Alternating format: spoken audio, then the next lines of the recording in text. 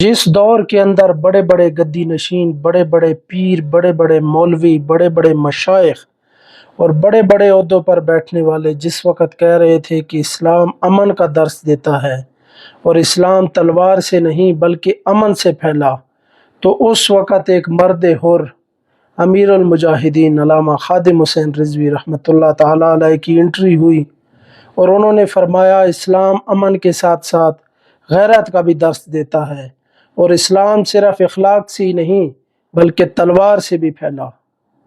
लोग उस वक़्त बाबा जी की तकरीरों पर तबसरे कर रहे थे और तंज़ो तनकीद का निशाना बना रहे थे कि एक व्हील चेयर पर बैठा हुआ शख्स कभी कहता है गौरी आया, अब्दाली आया, शाहीन आया, हतफ आया, दरार टैंक आया, खालिद टैंक आया। तो अल्हम्दुलिल्लाह आज वो वक्त आ चुका है कि जब बाबा जी की एक दलेराना और मजबूत आवाज़ ने फौजी जवानों के साथ साथ आम आवाम में भी जिहाद की हरकत पैदा कर दी और इसीलिए शायद अल्लाह ताला ने पाकिस्तान को फतह भी अता फरमाई, क्योंकि बाबा जी फरमाते थे कि मोदी को सिर्फ एटम बम की धमकी लगाओ, अगर वो तुम्हारे पाँव में नहीं गिरा तो मेरा नाम बदल देना।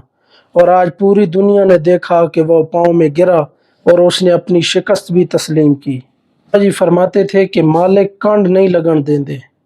इस्लाम किसी का कर्ज नहीं रखता। अगर सहाबा ने इस्लाम के लिए जौ पेश किए तो बदले में इस्लाम ने कैसर और किसरा के ख़जाने उनके पाँव में डाल दिए। इसलिए अपनी ज़िम्मेदारी पर यह बात करता हूँ कि मैंने बाबा जी जैसा आशिक रसूल,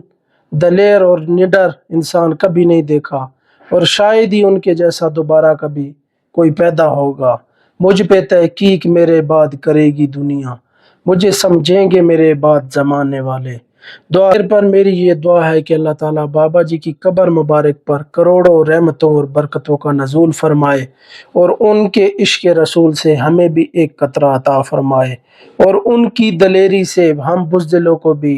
थोड़ी सी दलेरी अता फरमाए और उनके मिशन के साथ सरेआम और दलेराना तायात खड़े होने की तौफीक अता फरमाए। आमीन सुम्मा आमीन।